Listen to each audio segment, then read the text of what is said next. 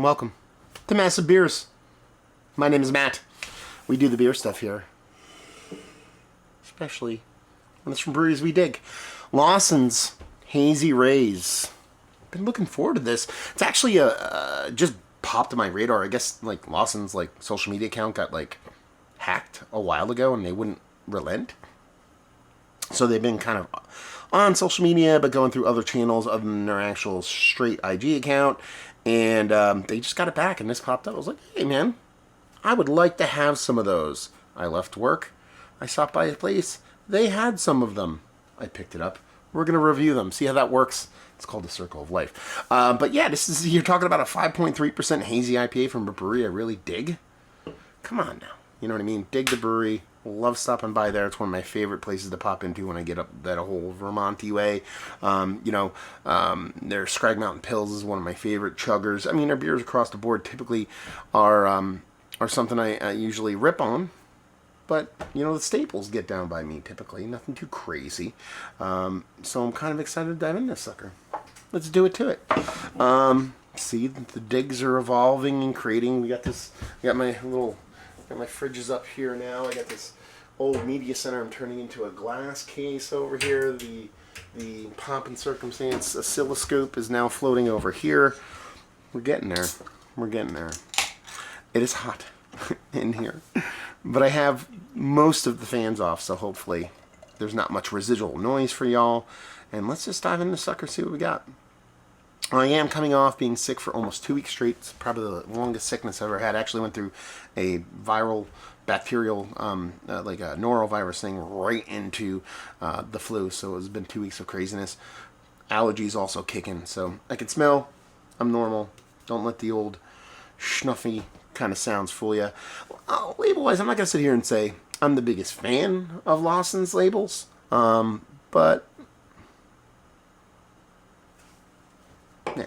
Anyway, beer-wise, that looks like a nice little low ABV hazy. It doesn't have that super turbidity to it that you see a lot of breweries really try to pack in their low ABV hazies. Just has this nice kind of golden glow to it, soft under index finger, fluffy, creamy head to it. Off to a very good start. Let's try and get a nose. That does smell like summer. And it smells like sunshine. You get it? I didn't read anything about this. Let's read story time on here. First off, we're packaged in March 23rd. This is the 14th. I'll probably post this tonight, so this is the 14th of April. So not old at all. As far as their story time goes, it goes, our juicy and hazy IPA features a blend of, come on now, you can see that, of Citra and Mandarin of Bavaria to deliver tropical medley of tangerine, clementine, and mandarin oranges. Hazy Rays is soft on the palate and incredibly quaffable. There you go. So, but it definitely looks to all that part of a super chuggable hazy. You're talking about low ABV, has this nice kind of haze to it, but nothing super turbid. Kind of smells of some of the spray citrus and citrus-leaning tropical fruit. Almost like a lemon kind of zest to it to give you that extra kind of zing to some bright summer. I'm just going to keep saying summer in every way I possibly can. How about we just dive into it? Cheers, y'all.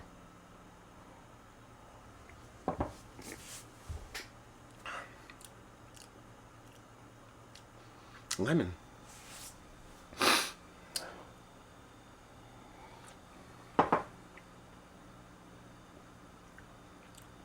It's interesting, man.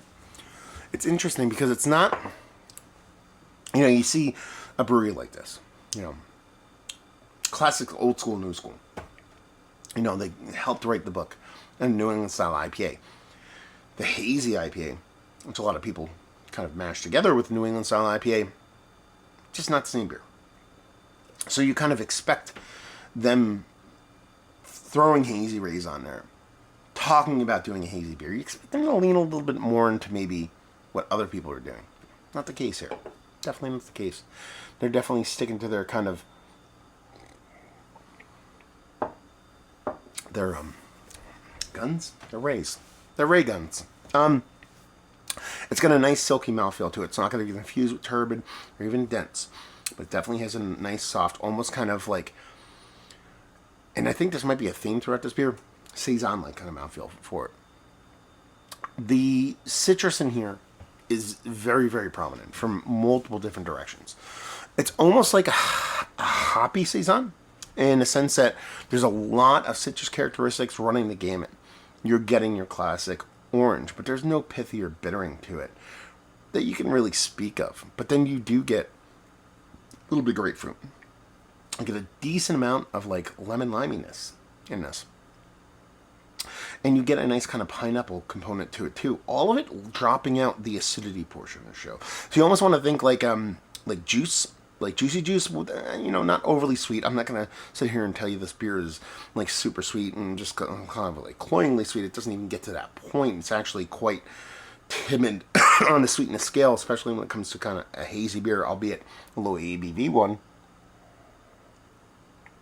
But when you throw in a combination of the several different versions, several different layers of the way the citrus kind of plays in this beer, very reminiscent of a saison. So from the mouthfeel, the way the citrus plays along that lemon, the pineapple, to the whole nine, very kind of New England, Vermont-y kind of saison-y kind of vibes, even though it is a pale ale through and through. There is a bittering component here. It's mostly utilitarian, if anything. It's there to kind of balance that sweetness and that citrus to keep it from being just one note. It's super important. If that's not there, I think it comes off flat. It comes off very, very kind of like they're just trying to make some kind of juicy IPA. I think that bitterness in here is, well, understated. And while, again, the word utilitarian, if it's not there, it just, the beer is, I think, is not nearly as tasty as it is.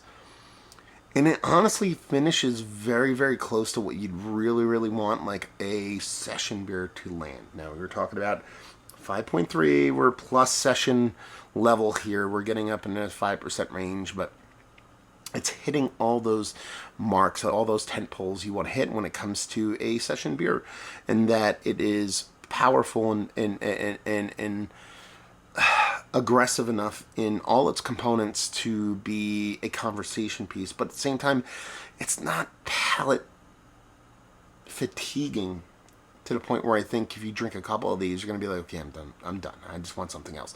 It's that cool trick that a lot of really good session beers kind of pull off. I'm not going to sit here and get on like some kind of soapbox about ABV. It's 5.3. It drinks like 5.3. If it was negative 40% when I like it, awesome. That would be great. But in the grand scheme of things, I think the ABV is appropriate as far as the impact and the way the beer kind of shows itself. And it really does come off as, not to be so on the nose, but if you're like, yeah, I think Lawson should come out with their version of a 5% hazy IPA. This tastes like what Lawson's would come out with if they made, which they've done, a 5% hazy IPA, because it's taking a lot of the cool components of what makes hazy IPA fun. Oh, no shit.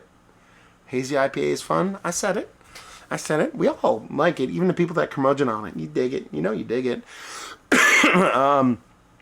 It has that vibrant hop presence of New School hops. It has the way the hops kind of work.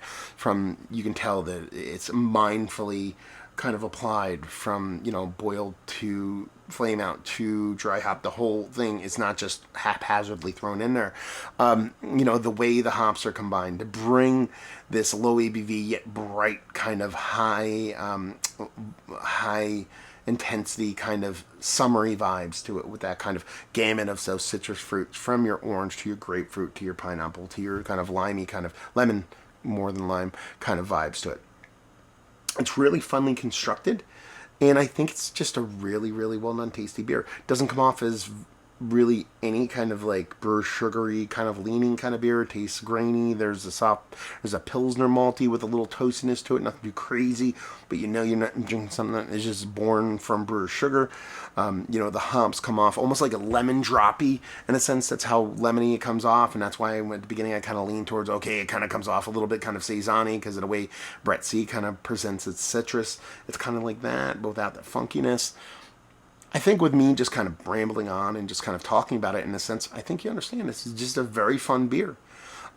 Very much not typical of what Lawson's vibes are given. That's a Yoda thing I just did there. I don't know why. But very much Lawson's when you break down, okay, this is their interpretation of what a low ABV hazy would be. And I think they nailed it. There you go. I don't know what else I'm on to say. We got 3 more of these. Probably going to drink another one tonight. That's not going to suck. So yeah, Lawson's. Yeah, Hazy Rays. Let's talk about it. I've been to the brewery because the brewery is absolutely fantastic.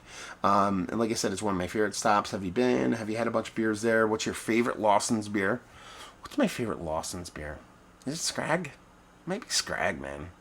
There's a bunch of them. I'm still not team baby sip. Yeah, I have to try it again. It's been almost a year or so since it came out. When it first came out, it was just not for me. But they make so many good ones. So yeah, what are your favorite Lawson's beer? Have you had this beer yet?